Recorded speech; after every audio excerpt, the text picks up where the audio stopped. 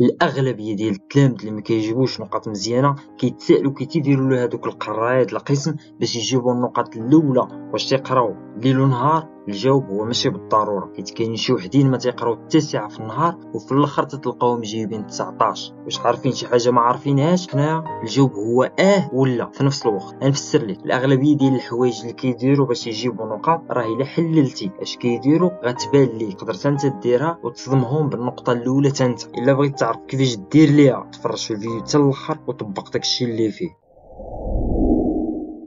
اولا بغيت نقول شي نقاط اللي بساط وباينين ولكن راه تيلعبوا دور كبير، بحال انك ما تغيبش على الحصص ديالك وتتعامل بشكل زوين مع الاساتذه ديالك وكون اكتيف في القسم ديالك. دابا فاش غدير هادشي غدوز لهاد النقاط، تصاحب مع الناس المتفوقين. بغيت ندوي عليها في الاول حيت تلعب دور كبير، ومن البدايه ديال العام الا كنت تتمشى مع التلاميذ اللي ما مسوقينش للقرايه غالبا انت غتولي ما مسوقش وغيجروك معاهم وغتوليو تغيبوا ومن مجلس تاديبي لواحد اخر وحتى الاستاذ غياخذ عليك نظره خايبه وهكا غتضيع. وعلى العكس الا كنتي تمشي مع الناس اللي باغيين يقراو غيجروك حتى انت تقرا وتخدم معاهم الدروس والتمارين اللي غيعاونوك بطبيعه الحال باش تجيب نقطه مزيانه. راجع الدرس اللي درتو قبل كل حصه، ما تنقولش ليك حفظه ولكن ضرب عليه طليله باش يبدا يشرح الاستاذ كون متبع معاه وغادي معاه، خصوصا ان الدروس تتكون مرتبطه. الا جيتي ما فاهمش داكشي اللي قريته في الحصه اللي قبل راه صعيب انك تركز مع البروف وتشد معاه الخيط ولو تكون باغي. كون منتبه وماشي متكاسل. بما انك جيتي للقسم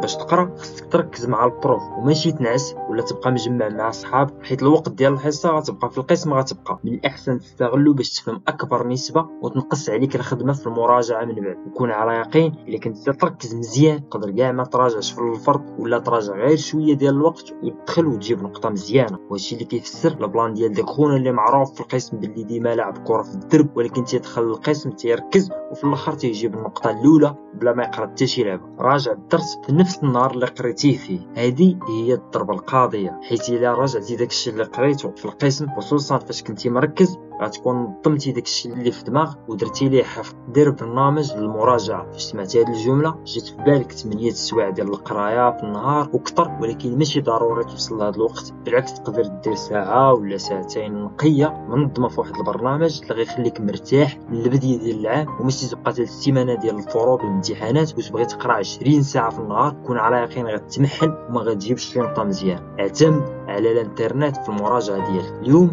شحال من حاجه تبدلات بسبب الانترنت. تقدر لما فهمتيش شي درس تمشي ليوتيوب ولا جوجل وتقلب على الشرح ديالو وتفهمو بلا ما تحتاج تقرا شي كتاب فيه 1000 صفحه ولا انك تمشي تزيد سوايع. المهم استغل داك التليفون اللي في يدك في شي حاجه فيها نفع، ما تبقاش حاضي غير الانستغرام والتيك توك والالعاب ليل ونهار. ما تضيعش الوقت. بطبيعه الحال هاد النصيحه غتكون طلعات لك في الراس ولكن باش نكون معاك واقعي راه اهم حاجه، حيت اليوم ما كاينش غير القرايه بوحدها اللي تابعك، راه تابعك الفيسبوك والانستغرام والالعاب والماتشات ديال الكره والمسلسلات والافلام وحتى انك تتعلم شي مهاره اللي تقدر تصوبي بها. داكشي علاش خصك ما تضيعش وقتك وتنظمو. ما خصكش تبقى تقرا نهار كامل، بالعكس قرا شويه، سير لاصال تريني، قرا شي صفحات من كتاب، تعلم شي مهاره الى اخره. ومن بعد دير وقيته اللي دير فيها اللي بغيتي، لعب كره، تفرج في ستوريات، لعب فورتنايت، دبر راسك، شارك في العروض في القسم. هاد النقطه مهمه ما غتعرفها حتى من بعد فاش توصل للجامعه فاش تخرج وتبغي تخدم،